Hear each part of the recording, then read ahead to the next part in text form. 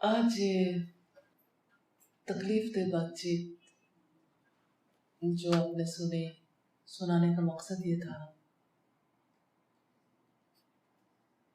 کہ خوب اچھی طرح سے غور کر لیں. اس سوسائٹی میں لوگ نماز کیوں نہیں پڑھتے؟ ہمارے بچے، ہمارے نوجوان، ہمارے پڑھے لکھے افراد کیوں اپنے رب سے دور ہو رہے ہیں؟ کتنے لوگ ہیں جو محنت کر رہے ہیں، کتنے لوگ ہیں جو لوگوں کے ذہنوں کو خراب کرنے کے لیے اپنی زندگیاں لگا رہے ہیں. اس کے مقابلے میں کیا ہم ہمیشہ خاموشی رہیں گے؟ کیا آپ امیجن کر سکتے ہیں کہ آئندہ آنے والے دور میں ہماری نسلوں کے لیے نماز پڑھنا ممکن نہیں رہے گا؟ یا ہم سے ہماری نماز چھین لینا چاہتے ہیں، ہمارے رب کا رشتہ چھین لینا چاہتے ہیں؟ یہ شکوک اور شبہات پیدا کرنے والے چاہتے ہیں ہمیں رب بنا لو، ہماری مانو، ہم آپ کی زندگی کے فیصلے کرنے والے ہیں، جو ہم کہتے ہیں وہ حق ہے. شکر ہے اس ذات کا جس نے دن میں 5 بار ہمارے ذہنوں کی، ہمارے دلوں کی، ہماری زندگیوں کی صفائی کے لیے ہمیں اذان جیسا تحفہ دے دیا.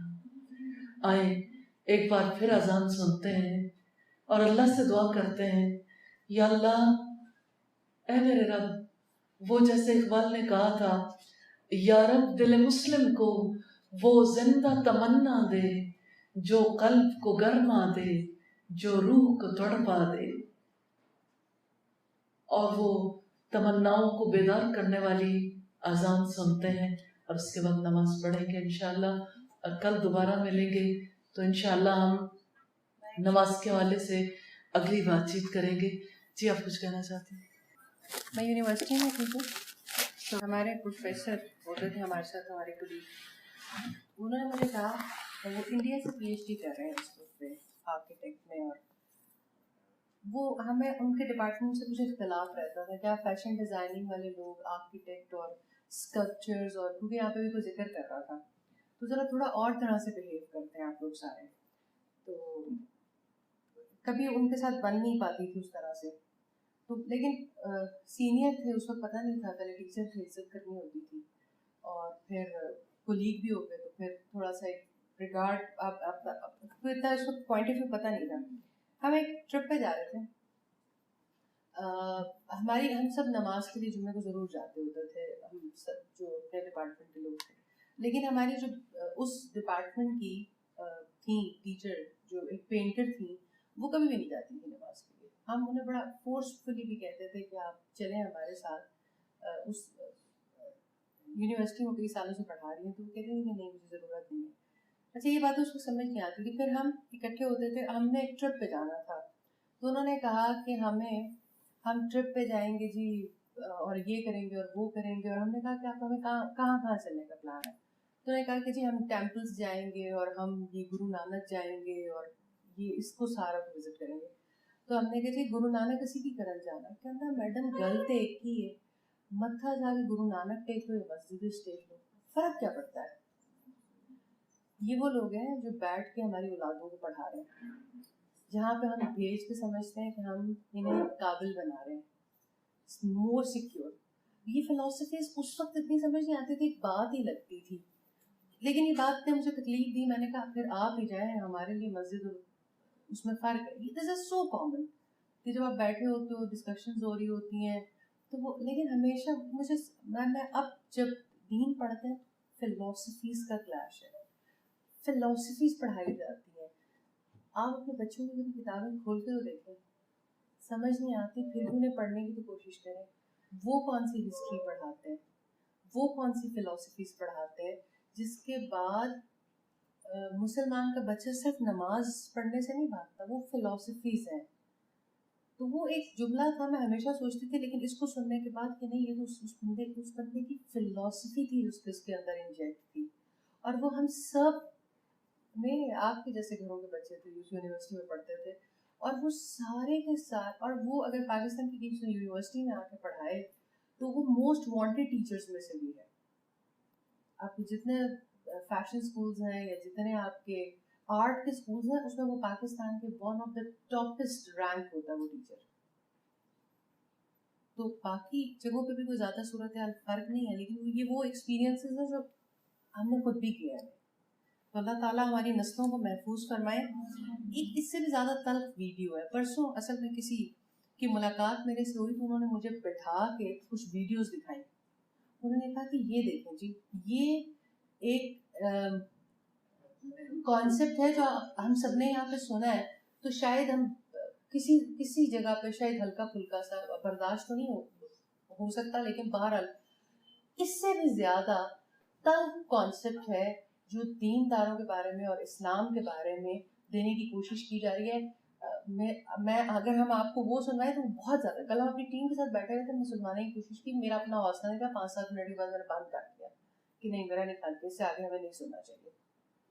تو لوگ تو پریچ کر رہے ہیں. اس کے بعد میرا دل چاہتا تھا، میں گاڑی ڈرائیو کر کے اکیلی گئی تھی تو میں واپس آ رہی تھی، میرا دل چاہتا تھا یا اللہ کہ پکڑ کے لوگوں کے ہاتھوں میں قرآن پڑھا دیں، اسلام پڑھا دیں، ورنہ تو اسلام کھو جائے گا. کسی کو پتہ بھی نہیں ہوگا اسلام کیا تھا، کیونکہ اگلی جو پوری کی پوری آپ کی جنریشن ہے وہ بہت دور کھڑی ہے. اور جس نے پڑھا ہی نہیں اس کا تو عقیدہ ہلنے میں اس طرح کی باتیں سن کے وہ منٹ لگتا ہے، زیادہ وقت نہیں لگتا.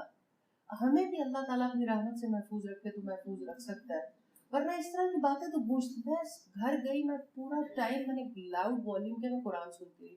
3 دن ہو گئے میرے کمرے میں قرآن چل رہا ہے، میں بند نہیں کرنے دے رہی کہ میرے اندر جو میں نے غلاظت سن لی ہے، جو میرے اندر چلا گیا، جو کانسیپٹ ہے، یا اللہ تو اس کو نکالنا ہوں. میں پوری رات میں سوچتی میں نے قرآن بند نہیں کر رہی ہوں. میں آج گھر جا رہی ہوں، میں قرآن میں آن کر کے آئی ہوں تو میرے کمرے سے قرآن میں آف کرنا. ایک خاتون پچھلے دن آئی، کہتی ہیں مجھے اس وقت ان کی بات بڑی زیادہ ڈرانے والی لگی، اور میں نے کہا یہ کیا اتنا مشکل پوائنٹ آف ویو. انہوں نے کہا کہ میرا دل چاہتا ہے کہ میں کوئی زمین کھودوں اور قرآن کسی زمین کے نیچے رکھ جاؤں، مٹی کے نیچے دبا جاؤں، میری اولاد کو یہ ملے گا بھی کہ نہیں. تو میں نے کہا اتنا مشکل دور تو نہیں ہے، لیکن واقعی اتنا مشکل دور ہے.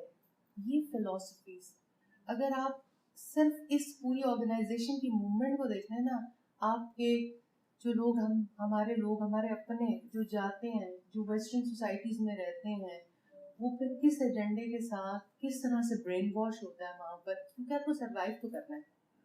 آپ کیسے سروائیو کر سکتے ہو اگر آپ اس فلسفی کے ساتھ اگر اس فلسفی میں آپ بلیو کرتے ہو تو آپ قرآن کی کلاسز میں نہیں بیٹھ سکتے. تو اسی طرح سے لوگ وہاں نہیں بیٹھ سکتے کیونکہ وہ قرآن پہ بلیو نہیں کرتے. خدا رہا یہ صرف ہماری ایک آرگنائزیشن کی، 2 آرگنائزیشنز کی رسپانسبلٹی نہیں ہے. آج میں صبح ان بچوں کی شیئرنگ سن رہی تھی، بڑے عرصے کے بعد اتفاق کو الحمدللہ آوازیں میں سنتی رہی.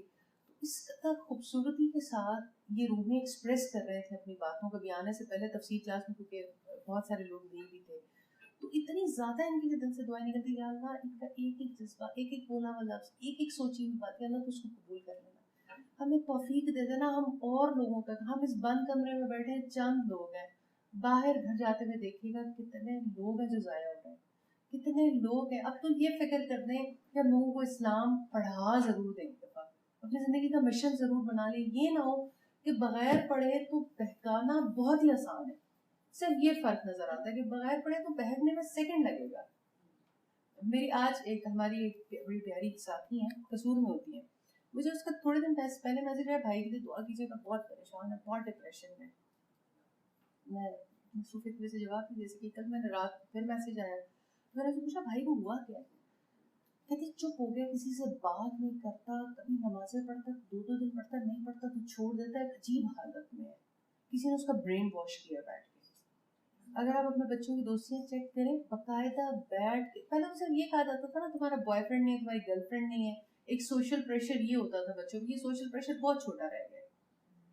تم نقاب کرتے ہو، تم نے داڑھی رکھی ہے، تم نماز پڑھتے ہو، سارے آپ کو اس طرح جوک کرتے ہیں کہ میرے ساتھ ایک ڈیفینس کی خاتون بیٹھ کے بات کر رہی کہ میرا بیٹا جاتا ہے تو اسے میں نے کہا بیٹا بس نماز نہ چھوڑا, یونیورسٹی چلا گیا, نماز مت چھوڑنا, نماز کی میں اسے تلقین کرتی رہی. کہتی جس دن وہ نماز پڑھنے گیا اس نے دوستوں سے چھپ کے, اس نے کہا تم ابھی مت بتانا اپنے دوستوں کو کہ تم نماز پڑھنے جا رہے ہو, کیونکہ وہ پیئر پریشر آتا ہے. پہلے دن اس نے کہا تو ساروں نے کہا ممی ممی بوائے. جب اس نے پہلے دن اپنے دوستوں کو تو ساروں نے اس کا مذاق اڑایا, ممی بوائے یہ دیکھو نماز پڑھنے جا رہا ہے. اگلے دن اس نے آ کے کہا کہ ماموں میں نماز نہیں پڑھوں گا یونیورسٹی میں, یا کہ لاہور کی مشہور ترین یونیورسٹی ہے, کیونکہ وہاں پہ سب میرا مذاق اڑاتے ہیں. کہا کہ اچھا ایسا کرنا بیٹا, کل جب تم جاؤ گے تم کسی کو مت بتانا, تم چھپ کے جا کے نماز پڑھ لینا. تو اس نے کہا کہ میں جب نماز پڑھنے کے لیے گیا تو آپ پہلے دن بھی یقین کریں وہاں پر صرف سویپر یا جو گارڈز اور اس طرح کے لوگ تھے مسجد میں, وہ نماز پڑھ رہے تھے, کوئی اور نہیں تھا. کوئی میرا کلاس فیلو, کوئی میرا یونیورسٹی فیلو نماز پڑھنے نہیں آیا تھا. تو یہ بہت آسان ہے, اگر آپ ہم جائیں گے نہیں ان کے پاس, ہم ان کی پرابلم کو انڈرسٹینڈ نہیں کریں گے تو ہم سالو کہاں سے کریں گے. تو اللہ رب العزت سے دعا کرتے ہیں کہ اللہ تعالیٰ ہمیں ایسے راستے بھی سجھا دے, یہ سب کچھ سننے کے بعد ہمارا ایمان محفوظ رہے. تو عبادت کے لیے پہلی چیز جس کی ضرورت ہے وہ عقیدہ مضبوط کرنے کی. اب تو ایمان کا خطرہ ہے, جب تک ایمان مضبوط نہیں ہوتا عبادت میں بھی لطف نہیں آ سکتا, اور عبادت کو واقعتاً مشکوک اور مشکل بنا دیا گیا. اور عبادت کرنے والے جو ہیں وہ لوگوں کی نظروں میں ٹیررسٹ ہیں, کہ وہ عبادت کریں گے گویا وہ امن کا پیغام نہیں دیں گے, گویا وہ ساری انسانیت کے لیے خطرہ بن کے اٹھ کھڑے ہوں گے. اور اب یہ بات چھوٹی نہیں ہے, آنے والے دنوں میں یہ صورتحال بہت اور طرح کی ہو جائے گی. سوچیں عبادت کا حق بھی ہم سے چھینا جا رہا ہے. آؤ اپنی عبادت تو بچا لیں, اپنے رب کا تعلق تو بچا لیں, اپنی نسلیں بچا لیں. ڈیلی مجھے تو ایسا محسوس ہوتا ہے کہ ہمیں ننھے بچوں سے لے کے بڑوں تک اپنے ادارے بنانے چاہیے ایسے, کم از کم بچوں کے ایمان بچیں, کم از کم بچے ایسی ہسٹری نہ پڑھیں, ان کو زندگی میں ایسا ڈپریشن نہ ملے کہ جس کی وجہ سے نہ وہ دنیا میں زندگی گزارنے کے قابل رہیں اور نہ وہ اللہ کے آگے منہ دکھانے کے قابل ہوں. کیا آپ سمجھتے ہیں کہ ہمیں اپنی نسلوں کو نماز کی محبت دلانی چاہیے اور یہ سمجھانا چاہیے کہ ہم نماز کیوں پڑھتے ہیں؟ تو میں نے نماز سکھانے سے پہلے یہ ضروری خیال کیا ہے کہ ہم نماز کیوں پڑھتے ہیں پہلے اس کے اوپر بات کر لیں. تو امید ہے اللہ تعالیٰ سے کہ اللہ تعالیٰ ہماری اس کوشش کو قبول کریں گے اور اللہ تعالیٰ ہمارے دلوں کو اپنے دین پر قائم رکھیں گے. یا مقلب القلوب ثبت قلبی علی دینک, یا اللہ ہم سب کے دلوں کو اپنے دین پر ثابت قدم رکھنا. اذان سنتے ہی انشاءاللہ نماز ادا کریں گے. السلام علیکم ورحمۃ اللہ.